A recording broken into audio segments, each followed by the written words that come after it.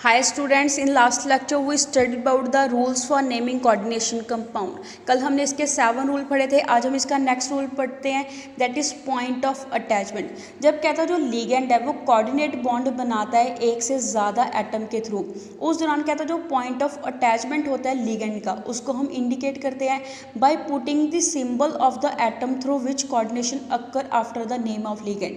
पहले कहता है हम लिगेंड का नाम लिखेंगे, उसके बाद उस एटम का सिंबल लिखते हैं जिस एटम के थ्रू वो कोऑर्डिनेट बॉन्ड बनाता है। कहता है कई बार डिफरेंट नेम को हम यूज़ करते हैं अल्टरनेटिव मोड ऑफ अटैचमेंट के लिए। जैसे हमें यहाँ पे इसकी एग्जांपल मेंशन कर रखी है NO2 नेगेटिव। कहता है यहाँ पे ये नाइट्रोजन के थ्रू भी कोऑर्डिनेट बॉन्ड बना सकता है, ऑक्सीजन के थ्रू भी कोऑर्डिनेट बॉन्ड बना सकता है। अगर कहता है ये नाइट्रोजन के थ्रू कोऑर्डिनेट बॉन्ड बनाता है, उस दौरान इसका नाम हम कैसे लिखते हैं, नाइट्राइटो N इसका नाम लिखते हैं। ऑन दी अदर हैंड अगर कहता है ये कोऑर्डिनेट बॉन्ड बनाता है ऑक्सीजन के थ्रू, उस दौरान इसका फॉर्मूला भी ओपन अप करके लिखेंगे ONO नेगेटिव लिखते हैं, एंड इसका नेम क्या होगा, नाइट्राइटो O इसका नाम होगा। सिमिलरली हमें और भी एग्जाम्पल गिवन दे रखी है SCN नेगेटिव की। कहता है यहाँ पे ये सल्फर के थ्रू भी कोऑर्डिनेट बॉन्ड बना सकता है, नाइट्रोजन के थ्रू भी कोऑर्डिनेट बॉन्ड बना सकता है। अगर कहता है ये सल्फर के थ्रू कोऑर्डिनेट बॉन्ड बनाएगा, उस दौरान हम इसका नाम क्या लिखते हैं, थायोसाइनेटो इसका नाम लिखते हैं। अगर कहता है ये नाइट्रोजन के थ्रू कोऑर्डिनेट बॉन्ड बनाता है, उस दौरान इसका नाम क्या होगा, आइसोथायोसाइनेटो इसका नाम होगा। जैसे हमें एग्जांपल यहाँ पे मेंशन कर रखी है कोबाल्ट के कॉम्प्लेक्स की।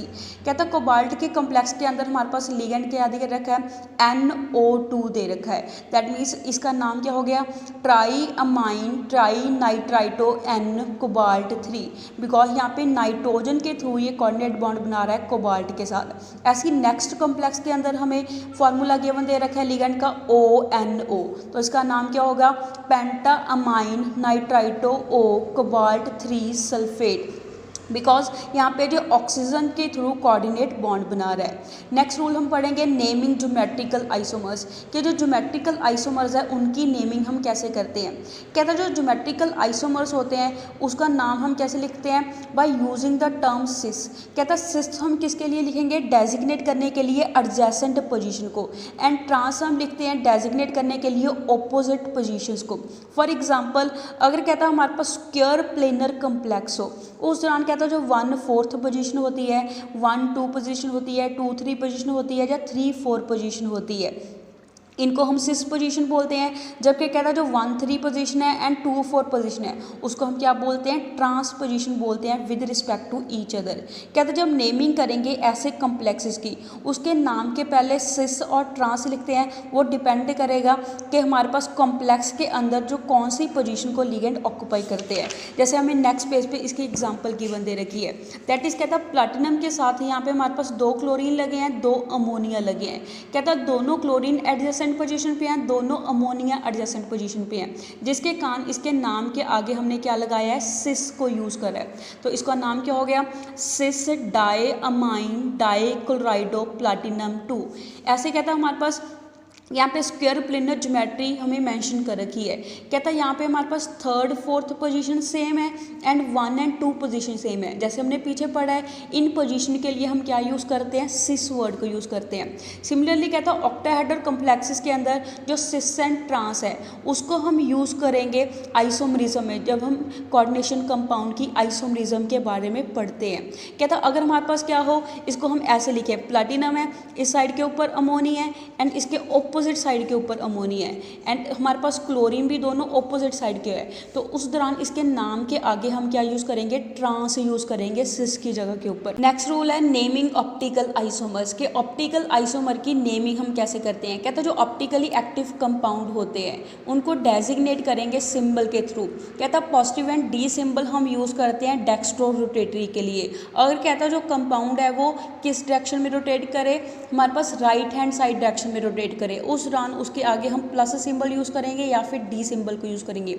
अगर कहता है वो लेफ्ट हैंड साइड के ऊपर रोटेशन शो करे, उस दौरान उसको लीवो रोटेटरी बोलते हैं, एंड सिंबल हम कौन सा यूज़ करते हैं, माइनस या L सिंबल को यूज़ करेंगे। जैसे हमें एग्जांपल गिवन दे रखी है, कहते हैं यहाँ पे हमने डी सिंबल को यूज़ करा है। इसकी नेमिंग करते टाइम हम क्या लगाएंगे, पोटाशियम के साथ प्लस साइन लगाएंगे, एंड इसका नाम हम कैसे लिखेंगे, potassium plus trioxalato chromate 3। Next हम पढ़ेंगे bridging groups in bidentate ligand. कहता है वो लिगेंड जो किसका काम करते हैं, ब्रिज का काम करते हैं दो मेटल एटम के बीच में। कहता है उनके लिए हम ग्रीक लेटर म्यू लिखते हैं बिफोर देयर नेम। जैसे हमारे पास ये कॉम्प्लेक्स गिवन दे रखा है, कहता है यहाँ पे हमारे पास क्या बन रहा है, एक ब्रिज बन रहा है। कहता है इस केस के अंदर जो लिगेंड है NH2 negative that is amido group है and NO2 negative nitrito N है। कहता है ये दोनों क्या बना रहे हैं, ब्रिज बना रहे हैं। एंड कहता है यहाँ पे जो ऑक्सीडेशन स्टेट है कोबाल्ट की वो कितनी है, +3 ऑक्सीडेशन स्टेट है। जैसे इसकी ऑक्सीडेशन स्टेट हम कैसे फाइंड आउट करेंगे, अमोनिया न्यूट्रल है तो हमारे पास क्या आ जाएगा 4/0 बिकॉज 4 अमोनिया है, क्या आ जाएगा 4/0 प्लस उसके बाद कोबाल्ट आता है। कोबाल्ट की ऑक्सीडेशन स्टेट हमने फाइंड आउट करनी है तो उसको X एज्यूम कर लेंगे। ऐसे हमारे पास नेक्स्ट है NH2 नेगेटिव, उसके ऊपर -1 चार्ज है, यहाँ पे हमें शो हो रहा है तो हमारी इसकी ऑक्सीडेशन स्टेट क्या लिखेंगे, -1 ऑक्सीडेशन स्टेट लिखेंगे। ऐसे हमारे पास जो दूसरा लिगेंड है NO2 नेगेटिव, इसके ऊपर भी -1 चार्ज है तो इसकी ऑक्सीडेशन स्टेट भी क्या आ गई -1 प्लस कोबाल्ट की ऑक्सीडेशन स्टेट हमने फाइंड आउट करनी है तो उसको X लिखेंगे प्लस कोबाल्ट के साथ क्या जुड़े हैं, 4 अमोनिया जुड़े हैं तो क्या आ जाएगा 4/0 बिकॉज अमोनिया क्या है, न्यूट्रल है। प्लस क्या आ जाएगा NO3 NO3 के ऊपर नेगेटिव चार्ज होता है तो क्या आ जाएगा 4 × -1। इसको हम जब सॉल्व करेंगे वहाँ से X की वैल्यू कैलकुलेट करके क्या आ जाएगी, +3 वैल्यू आ जाएगी। दैट मीन्स यहाँ पे जो कोबाल्ट है उसकी ऑक्सीडेशन स्टेट कितनी है, +3 ऑक्सीडेशन स्टेट है। एंड इसका नाम हम कैसे लिखेंगे, टेट्राअमाइन बिकॉज 4 अमोनिया है, टेट्राअमाइन कोबाल्ट। ये वाला कोबाल्ट हमने यहाँ पे मेंशन करा है, 3 यहाँ पे इसकी ऑक्सीडेशन स्टेट को मेंशन करता है। उसके बाद क्या था, यहाँ पे जो म्यू है वो किसको डिनोट करता है, ब्रिज को डिनोट करता है, म्यू अमाइडो बिकॉज यहाँ पे अमाइडो ब्रिज बना रहा है। ऑल्सो हमारे पास ब्रिज कौन बना रहा है, नाइट्राइटो N, जिसको हम क्या लिखेंगे, म्यू नाइट्राइटो N। उसके बाद क्या आएगा, लिगेंड पहले लिखेंगे, मेटल को बाद में लिखते हैं। टेट्राअमाइन कोबाल्ट 3 नाइट्रेट इसका क्या हो जाएगा, नाम हो जाएगा। ऐसे हमें और भी एग्जाम्पल है यहाँ पे मेंशन कर रखी है। नेक्स्ट आपका जो टॉपिक है आइसोमरिज्म इन कोऑर्डिनेशन कंपाउंड, ये आपका कट हो गया है। ना ही आपने स्ट्रक्चरल आइसोमर के बारे में पढ़ना है, ना ही स्टीरियो आइसोमर के बारे में पढ़ना है। ये सारे टॉपिक्स हैं आपके वो कट हो चुकी हैं। नेक्स्ट हम पढ़ेंगे अगला टॉपिक आपका, दैट इज़ अगला टॉपिक हम स्टार्ट कर रहे हैं बॉन्डिंग इन कोऑर्डिनेशन कंपाउंड, कि कोऑर्डिनेशन कंपाउंड में बॉन्डिंग कैसे होती है। कहता है in order to explain the nature of bonding and structure of coordination compound many scientist propose different theories. कहता है कि कोऑर्डिनेशन कंपाउंड में कैसी बॉन्डिंग होती है एंड कोऑर्डिनेशन कंपाउंड का स्ट्रक्चर कैसा होता है, इसको एक्सप्लेन करने के लिए काफ़ी सारे साइंटिस्ट ने डिफरेंट थ्योरीज दी। कहता उनमें से हमारे पास जो फर्स्ट सिग्निफिकेंट कॉन्ट्रीब्यूशन है वो किसने दी थी, वर्नर ने दी थी 1893 के अंदर। कहता उसने थ्योरी दी थी जिस थ्योरी को कॉमनली हम क्या बोलते हैं, वर्नर्स कोऑर्डिनेशन थ्योरी बोलते हैं। जबकि कहता है जो वर्नर्स ने असम्पशन थी, वर्नर की असम्पशन थी जो वो अज्यूम कर रहा था वो थ्योरेटिकल जस्टिफिकेशन के ऊपर बेस्ड नहीं थी।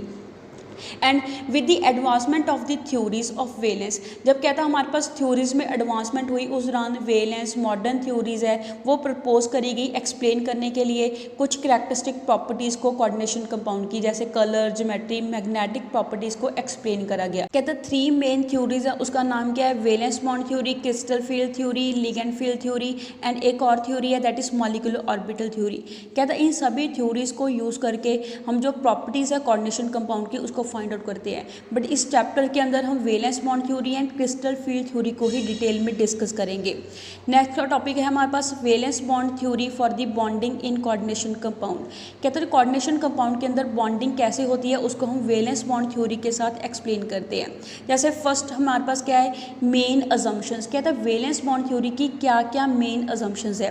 फर्स्ट अजम्पशन क्या है, कहता है जो सेंट्रल मेटल आयन है कम्प्लेक्स के अंदर उसके पास हमारे पास खाली ऑर्बिटल होने चाहिए कोऑर्डिनेट बॉन्ड बनाने के लिए, ताकि वो सूटेबल लिगेंड के साथ मिलके उन खाली ऑर्बिटल में क्या कर सके, कोऑर्डिनेट बॉन्ड बना सके।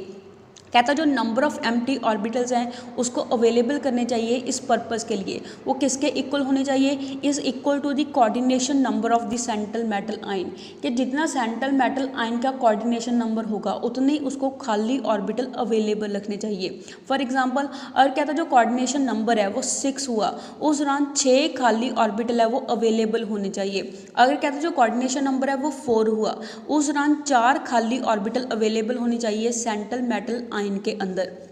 नेक्स्ट अजम्पशन क्या है, कहता जो एप्रोप्रिएट एटॉमिक ऑर्बिटल है दैट इज sp-d ऑर्बिटल है मेटल के, वो हाइब्रिडाइज होने चाहिए ताकि हमारे पास equivalent orbital and definite geometry के अवेलेबल हों, ताकि उसकी कोई फिक्स ज्योमेट्री हो, जैसे square planar geometry, tetrahedral geometry and octahedral geometry and so on.